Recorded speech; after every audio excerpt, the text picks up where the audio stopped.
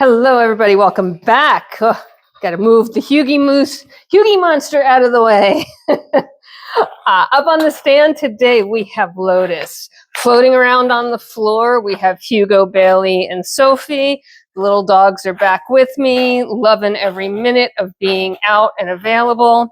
And this is Lotus's second and last round of show prep. If you've seen her up on the stand before in her pre-show prep, so Meet the Goats or just our Grooming and Rambling series, you know that her coat is pretty well maintained regardless.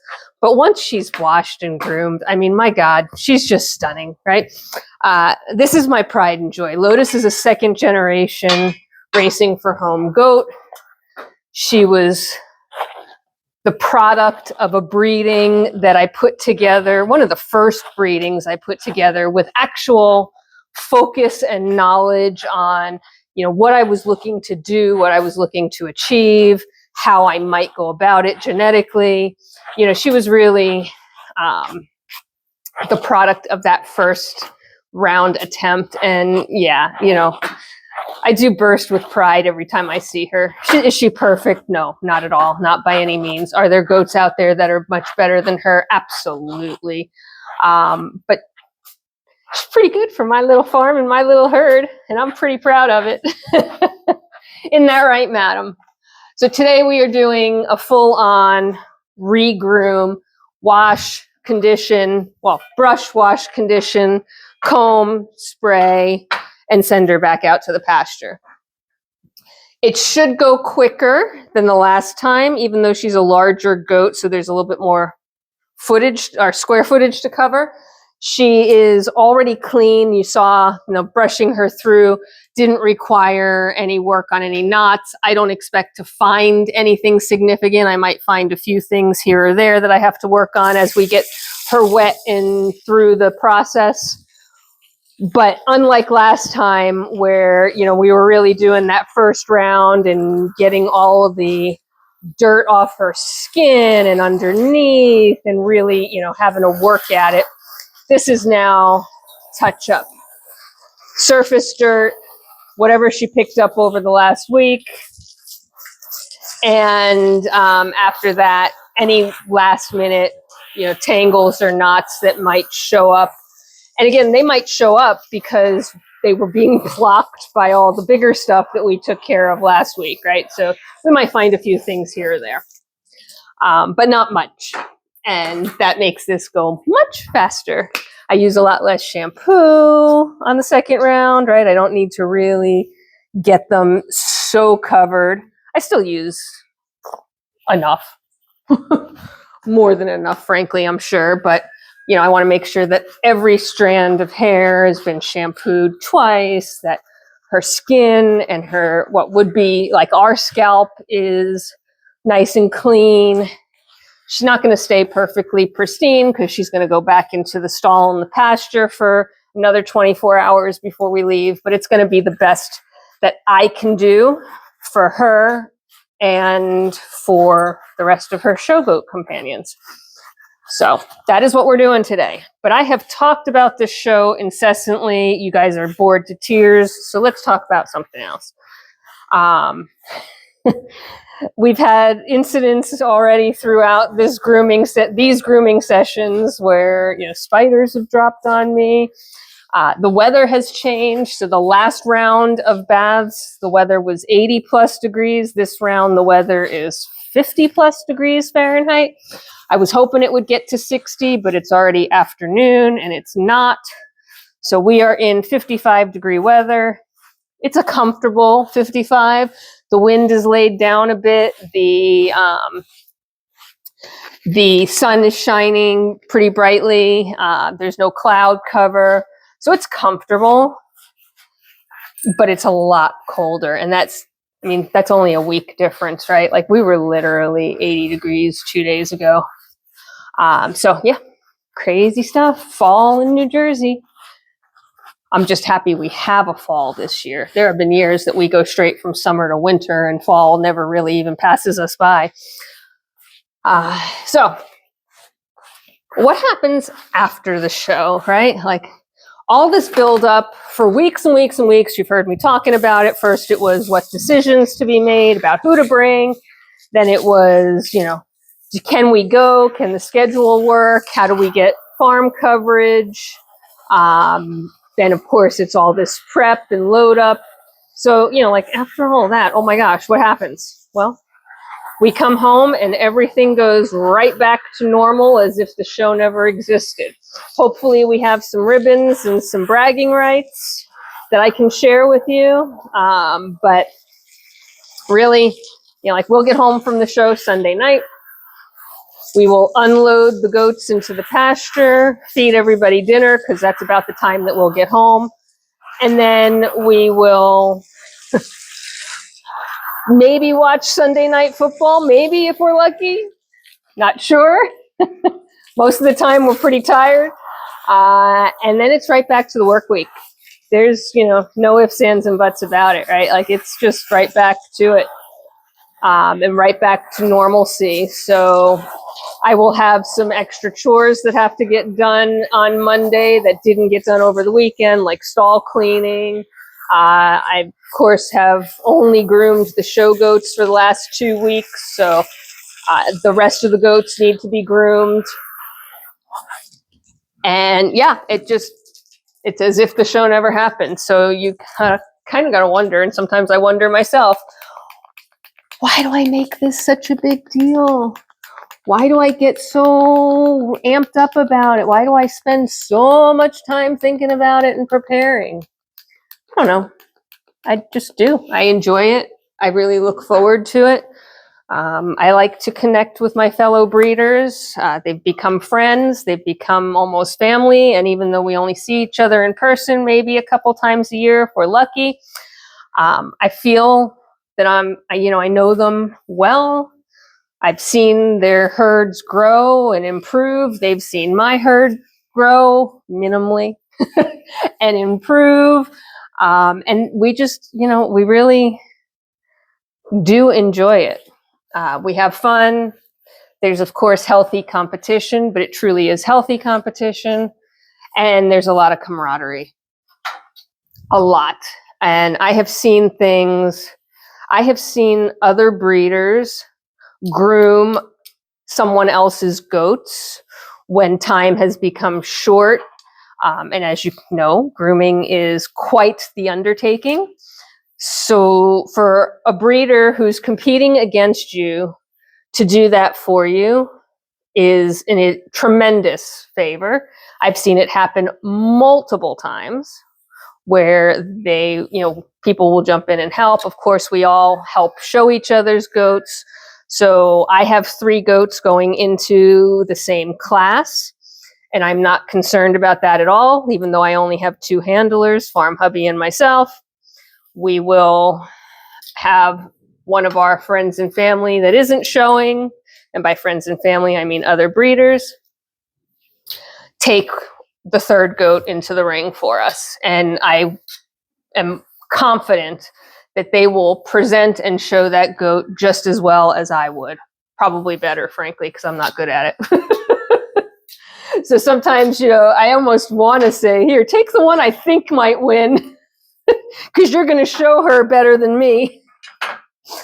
Although I tend to want to show my goats. I do hate handing them off because I actually want to show them all, but you just can't, because they're similar in age, they're in the same class, and that's just not physically possible.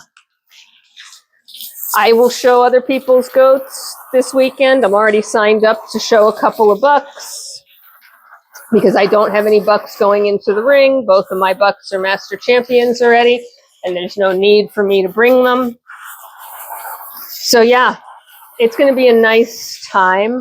It's exhausting. And then we get home and it all just goes back to normal. Nothing changes. From a breeding perspective, the only goat left to be exposed is Sock Monkey. She has not shown signs of heat, but this is her first time going to be in the breeding program. She was too young last year. And the younger they are, sometimes their heat isn't as evident. So it's possible I simply missed it. It is possible that she's just not going to go into heat in the same way because maybe her body is saying she's not mature enough. We've had that before. Usually they are, because of course that's what nature wants, is for you to be mature enough to breed. But we're keeping an eye on her. She's the last one. And interestingly, everybody has ended up bred to Phineas. Nobody has been bred to Thorn. I introduced him to a couple of does. He was not assertive enough for my does, and he just could not get the job done. We will try him again next year, and I'm hoping that it's simply a factor of, one, him getting used to my practices, which are hand exposure, meaning, I stand there and watch them while they have their date. I know exactly when the conception date is then, and therefore when the due date is. And that he's more used to a pasture breeding situation where he's out in the pasture with a bunch of does, and he kind of has all the time in the world to get himself into position and worked up. And my does are just not used to that, right? Like, they expect things to get done rather quickly and efficiently, and they really just didn't have the patience for him, I don't think. And I don't have the desire to pasture breed. I have pasture bred once. It was certainly effective, right? You put a bunch of does in with a buck for 6 weeks or so, and he gets them all pregnant. And yeah, that is really effective because he can, work through 2 heat cycles. So if the first heat cycle didn't happen, he can, work on the second heat cycle with them. And yeah, you pretty much get almost 100% pregnancy at that point. At least I did. And I would expect that would be the case with most. But you don't know as a breeder when your goat is due. And I've talked about this a little bit while we were doing some exposures, and I was demonstrating how I, run my exposure and my breeding program. But really, the reality is there are ways to tell if a goat is getting ready to go into labor. And certainly them having an udder is one sign, but they can get their udder very early. They can also not get an udder until after they give birth, and suddenly the milk comes in almost instantaneously, and boom, they have an udder where there wasn't one before. The telltale sign is, of course, their tail ligaments soften up. So right back here at the base of the tail where the tail meets the pelvis, there are ligaments there that help the tail move, of course. And those ligaments become extraordinarily soft to the point where you can actually put your fingers around the tail bone and touch your fingers on either side, because the ligaments have gone so soft that there's no resistance to anything. And that's so that the pelvis can be, loosened to the point that it can provide the area to pass a goat baby. So that is the telltale sign, but it is so subjective. And it is also something that, some goats have looser ligaments to begin with. Some goats, especially if they've given birth before, their ligaments can loosen up well before they're ready to give birth.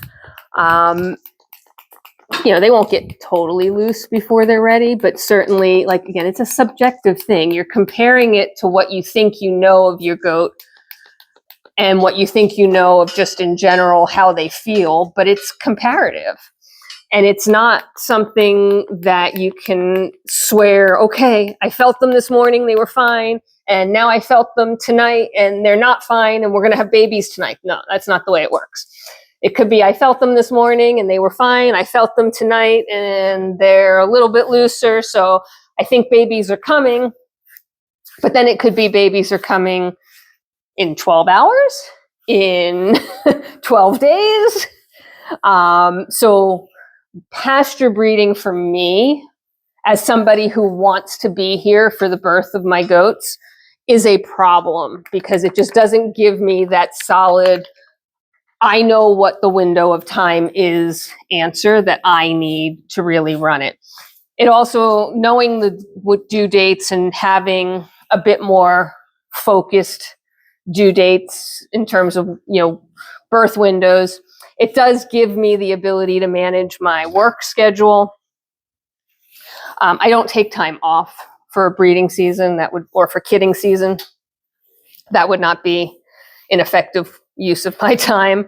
But I can work around critical meetings with the farm husband, right? So that if he's in a situation where at his work he needs to be 100% focused and can't be disturbed, well, maybe if we know that, and we know that that's in a kidding window, then that day I work on, maybe manipulating my schedule so that I have meetings and I have calls and I have things that enable me the ability to check in on the barn cameras, give me the flexibility that if I had to jump in the car and head home, I could, and still, probably talk on the phone, but not need to be on video or in person.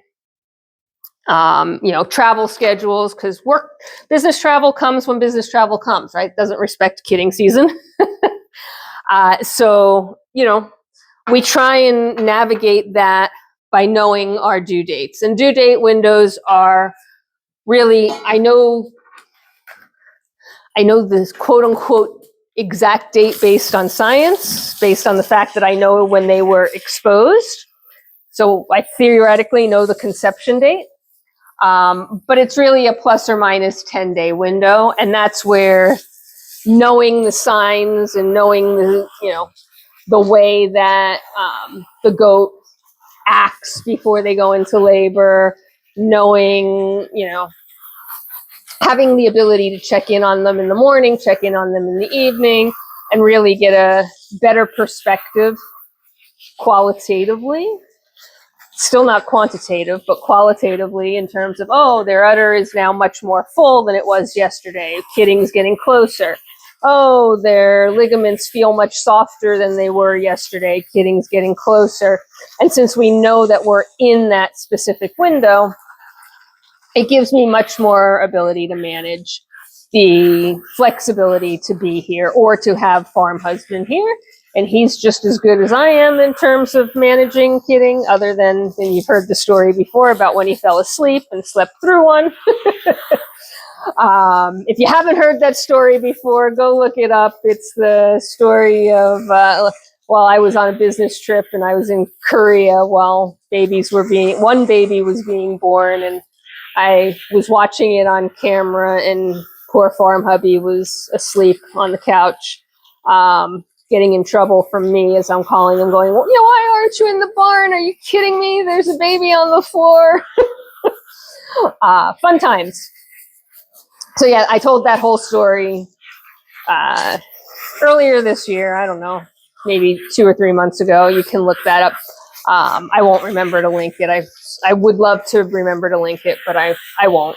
So let's just call it what it is. My brain does not work that well.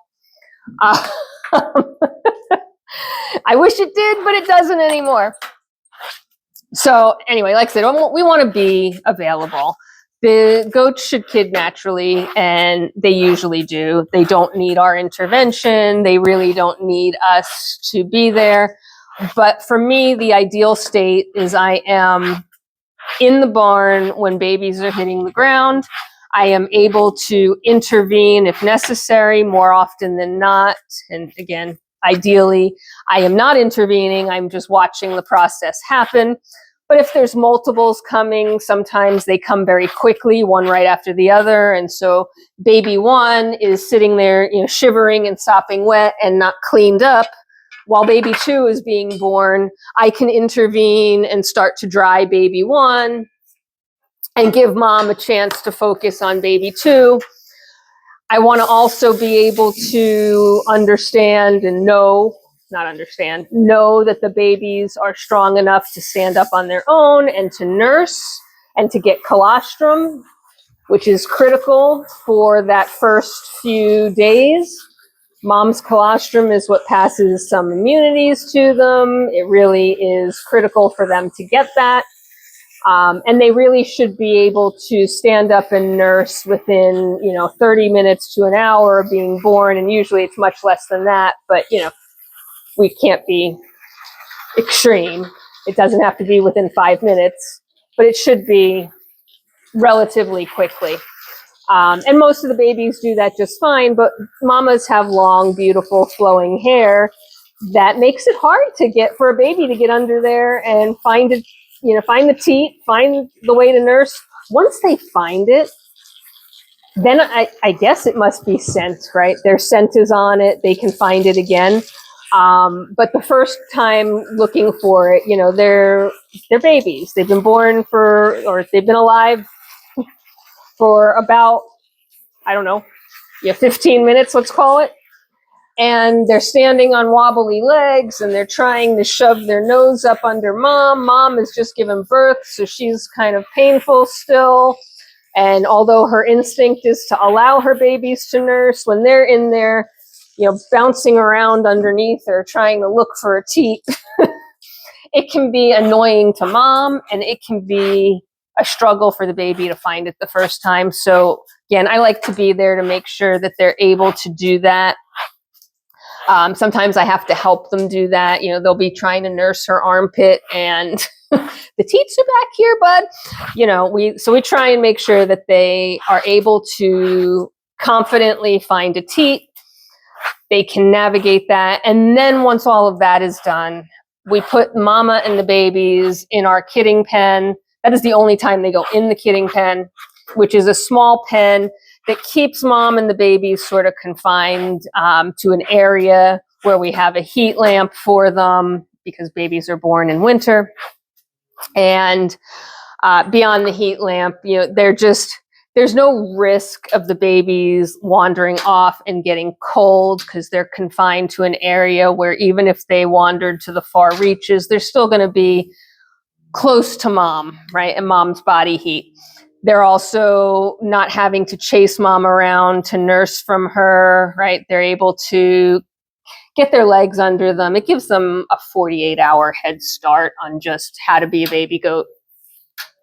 And all of that to me is critical on why we try and control our due dates, why we try and manage being around for the birth of our baby goats. And remember I mentioned that sometimes I find these little underlying knots that weren't there before? Got one back here now that I'm going to work through.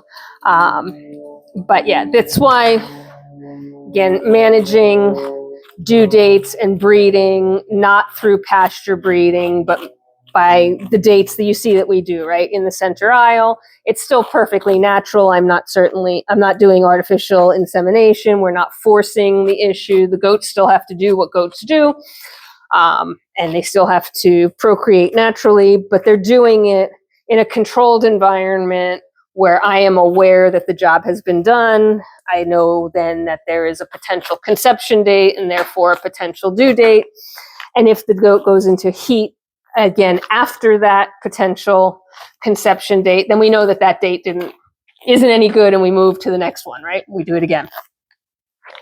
And that really makes a difference. So right now, all of my due dates are looking like they're end of February, early March, like March 3rd, 4th type of thing. And again, that's a plus or minus 10 day.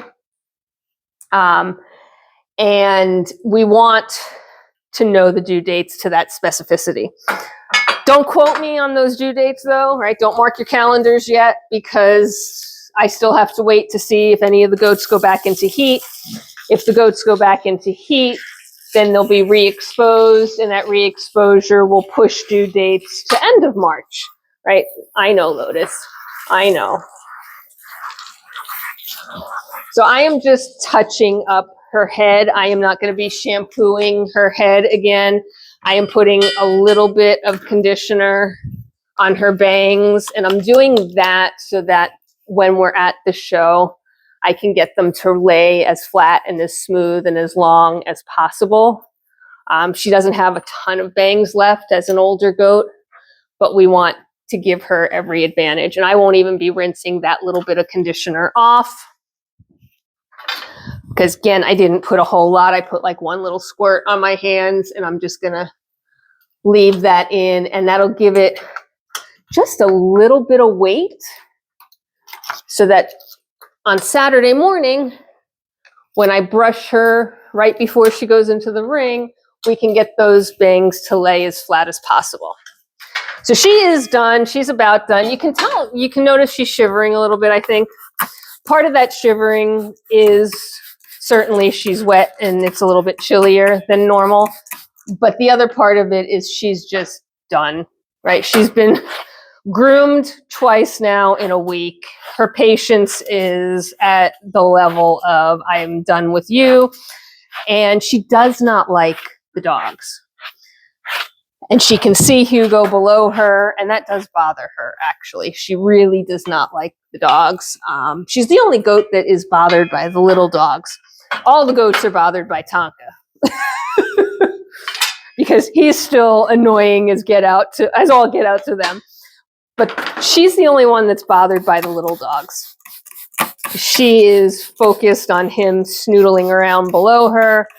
And she, between the cold, the fact that she's done with grooming, the fact that there's little dogs running around below her, she is finished with me. See her lift her leg up? That was a part faint. And that's because Sophie came running in. So fun times for Lotus.